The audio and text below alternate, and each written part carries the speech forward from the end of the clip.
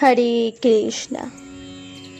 ভগবান সম্পর্কে আরো বিশেষ ধারণা অর্জন করার জন্য এখন আমরা ভগবানের বিভিন্ন অবতারের কথা আলোচনা করব। আমাদের আচার্যরা এই অবতার সমূহকে 6 ভাগে বিভক্ত করেছেন, যথা পুরুষ অবতার, গুণাবতার, মনন্তরাবতার, যোগাবতার, লীলাবতার ও শক্তাবেশ অবতার। পুরুষাবতার হচ্ছেন মহাবিষ্ণু, গর্ভোদকশায়ী বিষ্ণু ও ক্ষীরোদকশায়ী বিষ্ণু, 3 পুরুষ। ক্ষীরোদকশায়ী বিষ্ণু প্রতিটি পরমাণু ও প্রতিটি জীবের মধ্যে পরমাত্মা রূপে অবস্থান করেছেন। গর্ভোদকশায়ী বিষ্ণু এই ব্রহ্মাণ্ডের পরমাত্মা স্বরূপ। মহাবিষ্ণু অনন্ত কোটি ব্রহ্মাণ্ড সমন্বিত এই জড় জগতের পরমাত্মা স্বরূপ। মহাবিষ্ণু মহাসংকর্ষণ থেকে আবির্ভূত হন, যার লোমকূপ থেকে অনন্ত কোটি ব্রহ্মাণ্ড প্রকাশিত হয়। প্রতিটি ব্রহ্মাণ্ডে মহাবিষ্ণু গর্ভোদকশায়ী বিষ্ণুরূপে গর্ভসাগরে শয়ন করেন। মহাবিষ্ণুরূপে তিনি কারণ জলে শয়ন করেন। মহাবিষ্ণুরূপে তিনি কারণ জলে শয়ন করেন বলে তার নাম হচ্ছে কারণোদকশায়ী বিষ্ণু। গর্ভোদকশায়ী বিষ্ণুর নাভি থেকে কমল বা পদ্ম সৃষ্ট হয়।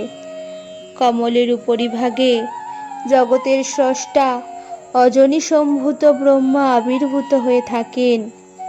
সেই গর্ভোদকশায়ী বিষ্ণু প্রতিটি অণু পরমাণুতে ক্ষীরোদকশায়ী বিষ্ণু রূপে প্রবেশ করেন এবং একই সঙ্গে ক্ষীর সাগরে শয়ন করেন বলে তাকে ক্ষীরোদকশায়ী বিষ্ণু বলে সবাই জেনে থাকেন। এবার বলবো গুণ অবতার। ব্রহ্মা, বিষ্ণু ও মহেশ্বরকে গুণাবতার বলা হয়। ব্রহ্মা রজগুণের মাধ্যমে সৃষ্টি করেন, বিষ্ণু সত্যগুণের মাধ্যমে পালন করেন এবং শিব তমগুণের মাধ্যমে সংহার করেন।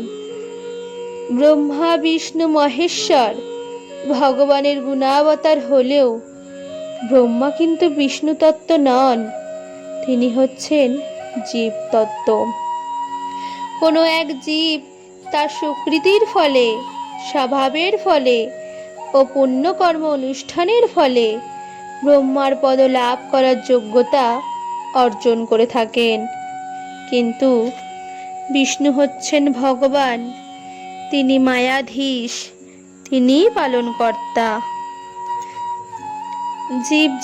শিব জীব তত্ত্ব হচ্ছেন বিষ্ণু তত্ত্ব নন, শিব জীব তত্ত্ব। কারণ শিব এক বিশেষ তত্ত্ব, তিনি ভগবান বিষ্ণুর একটি প্রকাশ, যার দ্বারা তিনি এ সংসারে প্রলয় কার্য সাধন করে থাকেন। ব্রহ্মা, বিষ্ণু ও মহেশ্বর এই 3 জনকে গুণাবতার বলা হয়। শিব ভগবান বিষ্ণুর পরম ভক্ত বটে। লীলাবতার। আমরা দেখতে পাই ভগবান বিভিন্ন সময়ে বিভিন্ন রূপে এই ধরাধামে অবতীর্ণ হয়ে লীলা বিলাস করে থাকেন। এই ধরাধামে তার আগমনের বিভিন্ন কারণের মধ্যে একটি কারণ হচ্ছে তার লীলার মাধ্যমে তিনি ভক্তদেরকে আনন্দ প্রদান করেন। লীলা প্রদর্শন করার মাধ্যমে এই জড়জগতের বদ্ধ জীবকে তার প্রতি আকৃষ্ট করেন। ভগবান রাম, নরসিংহ, বামন বিভিন্ন রূপে যুগে যুগে অবতীর্ণ হন, এদেরকে বলা হয় লীলা অবতার। ভগবান তার লীলা বিস্তার করে বদ্ধ জীবকে উদ্ধার করে থাকেন। এবার জানবো যুগাবতার। সেভাবে আছে যুগাবতার। এই যুগাবতার প্রতি যুগে অবতীর্ণ হন।